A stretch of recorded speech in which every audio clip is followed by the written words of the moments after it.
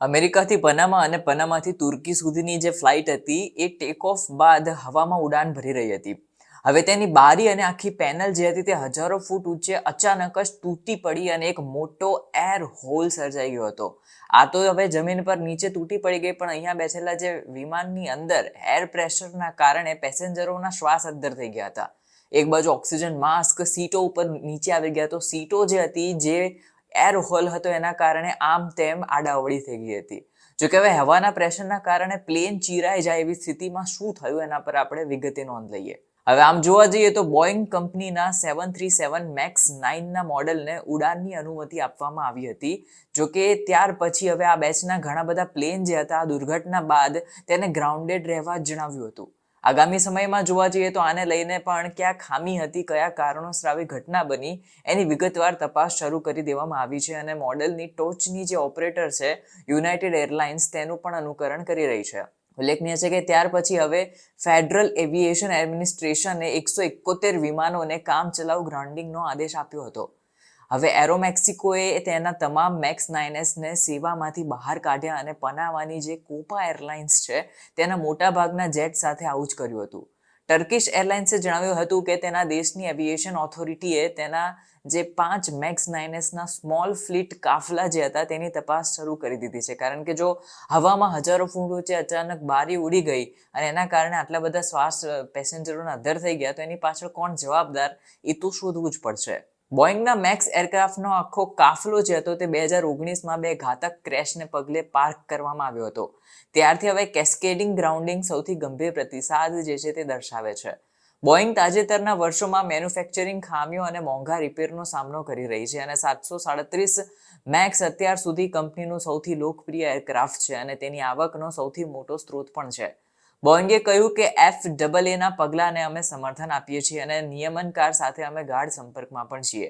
આ સમયગાળામાં અત્યારે યુએસ પ્લેન મેકરની એક ટેકનિકલ ટીમ પણ તપાસમાં મદદ કરી રહી છે. FAA એડમિનિસ્ટ્રેટરે માઇક વિટેકેર જે છે તેને એક્સ પરની પોસ્ટમાં જણાવ્યું હતું કે અલાસ્કા એરલાઇન્સની ફ્લાઇટ 1282માં NTSBની તપાસમાં અમે મદદ કરીશું.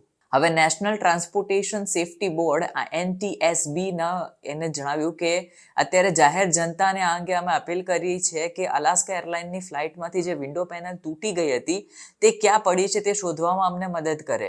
આના ઉપરથી પણ ઘણા બધા જે અત્યારે ગૂંચવાયેલા સમીકરણો છે ઉકેલાઈ જશે. વળી જાન્યુઆરીમાં મેક્સ 9 મોડેલ સાથે 5000થી વધુ ફ્લાઇટ્સ અને યુનાઇટેડ લગભગ 8000 ફ્લાઇટ્સનું આયોજન કર્યું હતું. આ ફ્લાઇટની અંદર જ્યારે એર હોલ બન્યો ત્યારે કેવી હાલત હતી આપણે એના ઉપર નજર કરીએ તો ફ્લાઇટમાં પેસેન્જર જે હતો નિકોલસ હોચ તેને શુક્રવારે રાત્રે પોર્ટલેન્ડ ઓરેગોનથી નીકળતી વખતે અલાસ્કા એરલાઇનની આ ફ્લાઇટ 1282 પર મુસાફરી કરી હતી. આ દરમિયાન અચાનક જ આ પ્લેનની એક વિન્ડો પેનલ ઉડી ગઈ અને જોરદાર એર પ્રેશર સર્જાયું હતું. એર હોલમાંથી સતત જ પવન ફૂંકાઈ રહ્યો હતો અને તેને આ ઘટના જોતા જ એવું લાગ્યું કે હવે પ્લેન ક્રેશ થઈ જશે, તેમાં બે તિરાડ પડી જશે. તરત જ તેને એની માતા અને ગર્લફ્રેન્ડને ટેક્સ્ટ મેસેજ કરવાના શરૂ કરી દીધા કે આવી કોઈ ઘટના થઈ છે, હું તમને ઘણો પ્રેમ કરું છું. મારી માતાને તો મેં જાણ કરી દીધી કે આવું થવાનું છે, ગર્લફ્રેન્ડને પણ તેને આઈ લવ યુ ના મેસેજીસ મોકલી દીધા. હોચે કહ્યું કે તે જાણતો હતો કે ટેક ઓફ પછી તરત જ પ્લેનની લાઇટો ઝબકવા લાગી હતી. અચાનક હવામાં પ્રેશર વધી ગયું અને આ વિન્ડોની પેનલ જોતામાં તો પેસેન્જર સીટ હતી એની આખી વિન્ડો પેનલ ઉડી ગઈ. આ દરમિયાન પ્લેન ક્રેશ થઈ જશે એવું લોકો બોલી રહ્યા હતા. અહીં એર પ્રેશર એટલું ખતરનાક હતું કે આસપાસ જે લોકો બેઠા હતા તેમાંના કેટલાકના તો શર્ટ ફાટી ગયા, કપડાં ફાટી ગયા, કેટલાક લોકોના ઇયરબડ્સ હતા તે તૂટી ગયા, હવામાં ઉડી ગયા. તેને વધુમાં જણાવ્યું કે આટલી એટલી શોકિંગ ઘટના હતી કે ન પૂછો વાત. અત્યારે આ જે ઘટના બની ત્યારે એક મોટો બ્લાસ્ટ પણ થયો હતો. હવે આ બ્લાસ્ટ અને વાઇબ્રેશનના કારણે આખું પ્લેન હવામાં ફંગોળાઈ ગયું હતું. અન્ય એક પેસેન્જરે કહ્યું કે અમને તો એવું જ લાગતું હતું કે હવાનું પ્રેશર આખા પ્લેનની બોડીને બે કટકામાં ચીરી નાખશે. પરંતુ 21 મિનિટ સુધી પાયલટે સમય સૂચકતા વાપરી. પાયલટે એવું દિમાગ દોડાવ્યું કે ડેમેજ વધ્યું નહીં, જે ડેમેજ હતું તેટલું જ રહ્યું અને અમે જ્યાં સુધી સેફ લેન્ડિંગ ન થઈ ત્યાં સુધી લોકોને તેને શાંત રાખ્યા હતા. અત્યારે પાયલટની ઘણી પ્રશંસા થઈ રહી છે કે આવી સ્થિતિમાં પણ તેને પ્લેન ચીરાઈ ન જાય એ રીતે એને લેન્ડ કરાવ્યું.